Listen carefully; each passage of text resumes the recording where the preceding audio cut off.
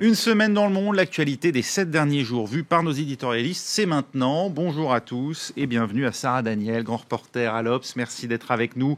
On va voir la une de l'Obs cette semaine. Il semble qu'on l'a, voilà. Il ose tout, Emmanuel Macron qui gravit 4 à 4, les marches du pouvoir.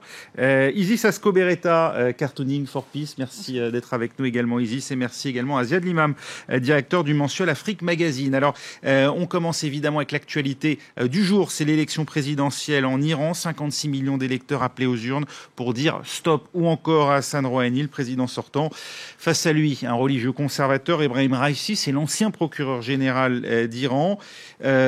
Sarah Daniel, c'est au-delà évidemment de ce qui se passe au plan politique en Iran, c'est plus généralement un test de l'ouverture du pays depuis 2013, en tout cas tel que nous on l'aperçoit.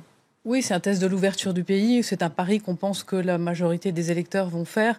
Maintenant, il faut souligner que l'ouverture n'a pas vraiment eu lieu. C'est bien ça le problème. C'est qu'il y avait un espoir. Moi, je me souviens d'être allée à Téhéran au moment de ces élections, les élections qui ont porté Rouhani au pouvoir. Il y avait un espoir de la percée économique et des conséquences économiques qui allaient résulter après la signature de l'accord nucléaire, qui évidemment ne sont pas encore arrivés.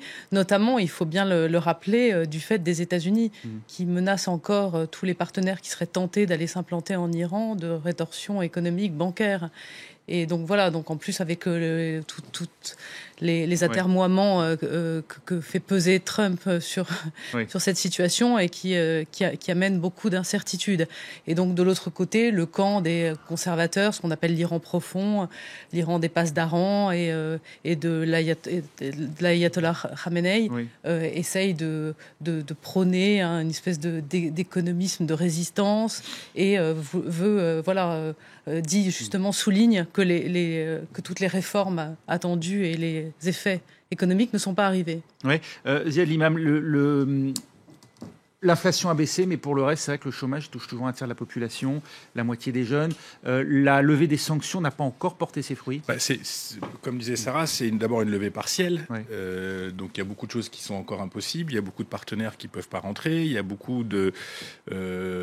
a aussi beaucoup de difficultés pour une économie qui était essentiellement une économie pétrolière de se transformer, de se moderniser. Et il ne faut pas oublier aussi, ce n'est pas un pays que je connais très bien, mais il ne faut pas oublier aussi qu'il y a des intérêts acquis dans ce pays, donc en particulier tout ce qui est militaire, passe d'Aran, clergé, etc., qui n'ont pas forcément envie de transformer cette économie où ils ont un certain nombre de rentes qui sont aussi liées à la pénurie, se transformer en marché plus ouvert. Donc ça, c'est la réalité. Après, ce qui est intéressant, c'est que tout le monde aimerait bien commercer avec l'Iran, les Américains en premier d'ailleurs, parce qu'ils essayent de vendre un certain nombre de dizaines, de centaines de Boeing ou je ne sais quoi. Et les Français. Donc, les Français, etc. Et les pays du Golfe. Donc il y a une espèce de fantasme en fait de cet Iran à 90 millions d'habitants, riche, central, etc. Mais on aimerait bien que ce soit un autre Iran. Alors on voudrait bien que ça change. C'est pas un fantasme, c'est un marché. Hein. Oui, non. Et Rouhani ce que je veux dire, c'est joue vraiment là-dessus. Il prône une ouverture économique sans ouverture politique. Parce que son adversaire, lui, prône ouvertement l'autarcie. Le fantasme des autres, des partenaires, c'est qu'on aimerait bien l'Iran, mais un autre. Sans les mollahs, sans la révolution, sans le régime du clergé. C'est ça le fantasme. En même temps, il y a toute une partie de la population qui veut ça aussi. Oui, tout à fait. Oui. On voit, c'est assez fascinant là dans les rues. On les voit arborer les couleurs de Mir Hossein Mousavi. Alors justement, c'était un peu aussi une question, c'est-à-dire que vu d'ici, on a du mal à voir le degré, c'est-à-dire à qualifier la démocratie iranienne, c'est-à-dire est-ce qu'on a d'abord un président Rouhani qui est de plus en plus dur vis-à-vis des conservateurs. Jusqu'à présent, c'est vrai qu'il avait un peu modéré ses coups en 2013, mais là, cette année, on l'a vu vraiment se lâcher. Et parce qu'en fait, il est lui-même un produit du système, il est assez conservateur. Oui. Simplement, il a été porté par une partie de la population, et là, il voit que la jeunesse aspire justement à surfer. Et il a promis aussi de relâcher, qui sont en résidence surveillée, les deux prisonniers politiques. Alors, Mir Hossein Mousavi et Karoubi, qui étaient en fait les deux figures de 2009. Pour avoir essayé de m'approcher de la maison de Karoubi à Téhéran, c'est un crime épouvantable. Hein. Ils sont dans une très très très surveillés. Oui, et puis on peut même pas prononcer le nom du président Khatami, l'ancien président, dans les médias. Alors là, on se dit, voilà, est-ce qu'on est face à un système totalement démocratique ou fermé ? On voit quand même que les gens expriment assez librement leurs opinions sur le président Rouhani. C'est un système hybride avec des codes, et où il y a matinée quand même d'une petite tentative de démocratie. C'est un système complexe. Ce qui est sûr, vu de l'extérieur et avec une certaine naïveté, j'allais dire, c'est que on voit pas de solution de changement économique, sociétal, sans un changement politique quand même quelque part dans la machine. Comme la Chine. Oui. Pourquoi pas Non, parce qu'en Chine il y a une espèce d'ouverture malgré tout. Enfin, je veux dire, on peut pas dire je vais commercer avec les États-Unis sans qu'on accepte une forme de changement. On peut pas dire je vais commercer. Et puis il y a le contexte géopolitique. Il faut pas exclure le fait que l'arc chiite qu'il représente la puissance centrale du chiisme, qu'il représente et l'opposition massive de l'Arabie Saoudite, de tous les pays sunnites qui sont eux-mêmes alliés aux États-Unis. Donc tout ça peut durer effectivement des années comme ça, mais on ne voit pas une évolution positive pour les Iraniens sans que quelque chose bouge quand même en haut du système. Peut-être un guide suprême demain un tout petit peu plus ouvert, peut-être quelque chose, mais c'est ça. J'ose pas dire ça, mais on peut pas avoir le beurre et l'argent du beurre dans un système pareil. Malheureusement, on pourrait. C'est là où on va voir les limites de cette démocratie. C'est parce que Rouhani a adopté finalement le système de Rafsanjani et prône à cette ouverture économique sans forcément que ça conduise à une ouverture politique. C'est ce que je vous dis. Et je salue l'arrivée de Christian Macarian, directeur délégué de la rédaction de l'Express. On va voir d'ailleurs la une de l'Express cette semaine. Dans un instant, la une de l'Express qui arrive. Non. Voilà, Macron chamboule tout, il ose tout, c'était le titre de l'os. Macron chamboule tout avec, on voit en arrière-plan Édouard Philippe, le Premier ministre choisi par Emmanuel Macron. On en parlera tout à l'heure. Christian Macarian, l'élection présidentielle en Iran. Jusqu'à présent, depuis 1980, les présidents ont toujours été reconduits pour un deuxième mandat, et c'est-à-dire qu'il est favori Hassan Rouhani, et surtout favori et reconduit pour être, sera-t-il le sauveur de l'Iran à la manière de Deng Xiaoping ou le liquidateur à la manière de Gorbatchev? Non, il a des chances, c'est très sérieux évidemment d'être reconduit. J'imagine que c'est aussi l'avis de mes confrères et de mes consoeurs ici présentes. Mais à mon avis, on est à mi-chemin et dans le pire cas de figure, parce que l'ouverture n'est pas assez forte pour opérer une transformation et les structures ne sont pas assez ébranlées pour imaginer encore une évolution. Donc, c'est en quelque sorte Rouhani pour la continuation de la promesse toujours non exécutée. Et l'esprit qui a présidé à l'accord entre les États-Unis et d'autres partenaires, dont la France et l'Iran, était un esprit d'ouverture, mais aussi un esprit stratégique. L'idée, c'était quelque part d'obliger l'Iran à évoluer. Et ça n'a pas été le cas d'après vous? Non, ça n'a pas été le cas, puisque par exemple les banques bloquent les transactions qui elles-mêmes sont prévues par l'accord diplomatique, donc les transactions majoritairement n'ont pas lieu. Et beaucoup d'entreprises françaises, c'est très facile de le vérifier, se plaignent du fait que les marchés sont ouverts, mais en vérité ils ne sont pas ouverts. Donc c'est virtuel. Par la volonté de quoi? Des tenants de l'orthodoxie? Par le fait que l'administration américaine et l'économie américaine est encore régie par le régime des sanctions et qui s'applique d'ailleurs à d'autres pays et les États-Unis se chargent de l'appliquer aux nations européennes, si jamais vous... C'est donc une responsabilité qui est extérieure. Exactement. Alors que l'idée d'Obama, c'était on va changer de paradigme. Oui. Eh bien, on n'a pas changé de paradigme. Rouhani sera donc l'homme de la continuation de l'ambiguïté. De ce point de vue-là, il y a une responsabilité des Américains qui, par la voix de Donald Trump, en plus peinent à définir une ligne claire s'agissant de l'Iran. On l'a vu cette semaine, il y a eu à la fois un maintien de l'allègement des sanctions décidées sous Kerry concernant le programme nucléaire, et puis l'imposition de nouvelles sanctions, cette fois concernant, alors un autre aspect, c'est vrai, le programme de missiles balistiques. Sarah Daniel. Oui, bien sûr, il donne des signaux totalement contradictoires. Et je crois que sur les 50 milliards estimés de dollars d'avoir gelé, à peine 3 milliards ont pu être rapatriés en Iran.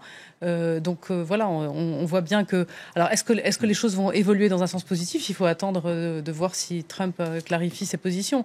Et auquel cas, on pourrait imaginer une évolution qui, à mon avis, en effet, ne serait pas une évolution de la situation politique, mais qui pourrait conduire à une ouverture économique qui, de toute façon, un bénéfice pour la population qui est totalement déçue. On n'aura pas l'Iran ou le régime, on n'aura pas la peau du régime iranien par des accords, des pressions ça fait quand même un certain nombre d'années. On l'aura peut-être, c'est la dernière chance qui reste, par une inondation du soft power occidental. C'est-à-dire, on a un peuple qu'on voit d'ailleurs sur les images qui défilent devant nous en ce moment, on a un peuple qui est tout à fait ouvert à l'occidentalisation, à la modernité. Mais rappelez-vous qu'en 2009, c'était le même cas de figure et que ça a résulté par justement une reprise en main du pouvoir qui était absolument terrible. Donc parce que c'était un processus politique. Oui, parce que c'était un processus politique. Moi, je ne crois pas au processus politique, je crois au processus culturel et économique. Économiquement, l'Iran souffre énormément. Et ça, offrir un ballon d'oxygène à l'Iran, c'est une manière de l'obliger à changer. Parce que moi, je ne sais pas, mais j'ai une intuition. Il y a quand même une bagarre, une bataille forte à l'intérieur de l'Iran.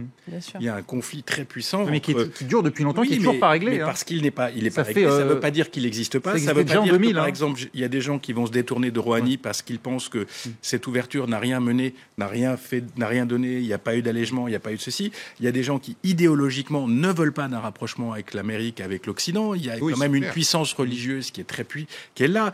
Je parlais des intérêts. Il y a des intérêts économiques qui sont très structurés et qui ne veulent pas d'une évolution parce que l'évolution, c'est la perte de leur position.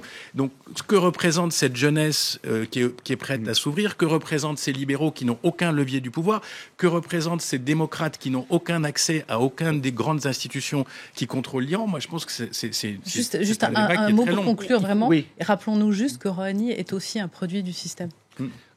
Donald Trump sera dimanche à Riyad, peut-être juste un mot quand même. On va évoquer la suite de son voyage, mais juste sur cet aspect de l'Iran, et on verra ensuite les illustrations. Le fait justement d'aller prononcer un grand discours sur le monde, enfin ce qu'on nous annonce comme un grand discours qui devrait sceller le rapprochement après les années Obama, où il y a eu un peu de friture sur la ligne, avec les monarchies du Golfe, à commencer par l'Arabie Saoudite. Est-ce que ça va être perçu comment ça en Iran ?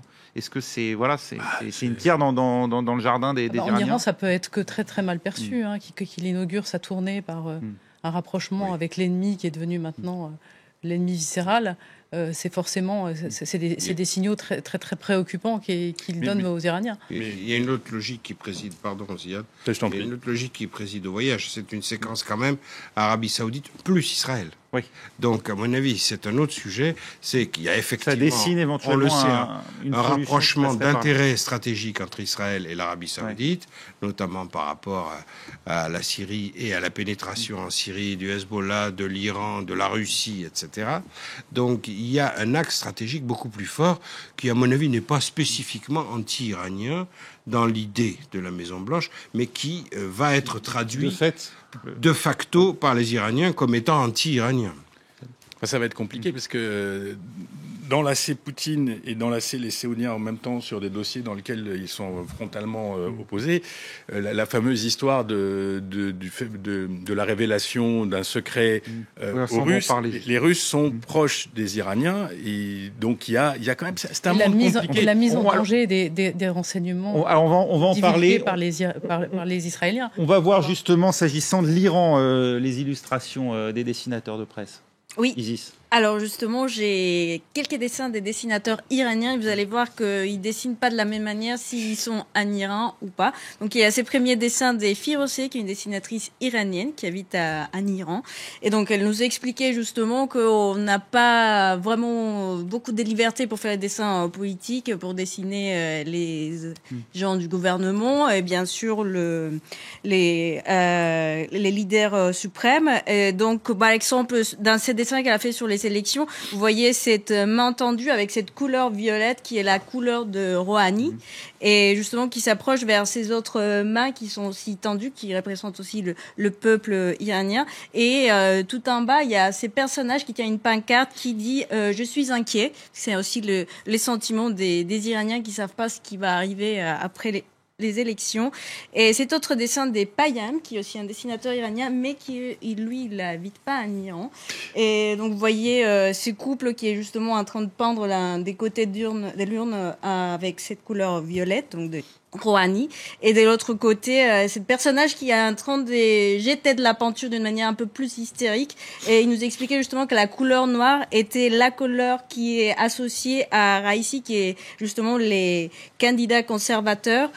Et cet autre dessin des Shahrokh Edari, qui est un dessinateur iranien, qui n'habite non plus en Iran, et un dessin publié dans Radio Farda. Et comme vous voyez, lui, il se permet justement de représenter les guides suprêmes Ali Khamenei. Et vous voyez, il tient cette urne entre ses mains, et devant lui, il y a ces personnages qui est un peu hésitant à voir laquelle de ces figures va pouvoir rentrer dans cette urne. Et comme vous voyez, c'est pas très... Ouais. Voilà, on dirait qu'il n'y a aucune de ces figures qui peut rentrer. Ça nous ramène vers l'enfance un peu, hein, ces jeux. Oui. Merci beaucoup. Un dessin très, très subtil. Ouais. Très Oui. subtil, qui évoque Parce que même l'art de l'échec qui est typiquement iranien. Un mot peut-être sur cette première étape saoudienne. Alors voilà, on a dit, il y a ce discours qui va faire. Plus généralement, pour vous, c'est un moyen de dessiner peut-être une solution à un conflit israélo-palestinien, enfin par un accord entre l'Arabie saoudite et Israël. Je pense que pour 80% des Arabes sunnites, il y aura beaucoup de méfiance par rapport à ce déplacement. Officiellement, les sunnites sont rassemblés un petit peu à coups de milliards à Riyad, et Riyad veut se positionner comme le leader du monde arabe sunnite, ce qui n'est pas vrai, ce qui est une fiction. Il n'y a pas de Vatican en islam sunnite, il n'y a pas de centre de l'islam sunnite, tout ça n'existe pas. Donc je pense que les gens vont surtout s'intéresser à ce que va dire Trump, et il y a une grande inquiétude sur ce que va dire Trump. C'est-à-dire, qu'est-ce qu'on peut avoir comme... On peut imaginer que son discours sera quand même relu par ses conseillers pour oui, le enfin, dans les dernières date, affaires, on s'est on se aperçu souvient que du discours le du Caire département d'Obama. d'État n'avait pas vraiment grand-chose à dire sur ce qu'il disait. Donc, moi, je pense qu'à part de dire, je réaffirme les alliances stratégiques historiques de l'Amérique qui sont Israël et l'Arabie saoudite. Et on va en reparler dans un instant. On marque une courte pause et on reprendra justement sur ce voyage de Donald Trump. Restez avec nous.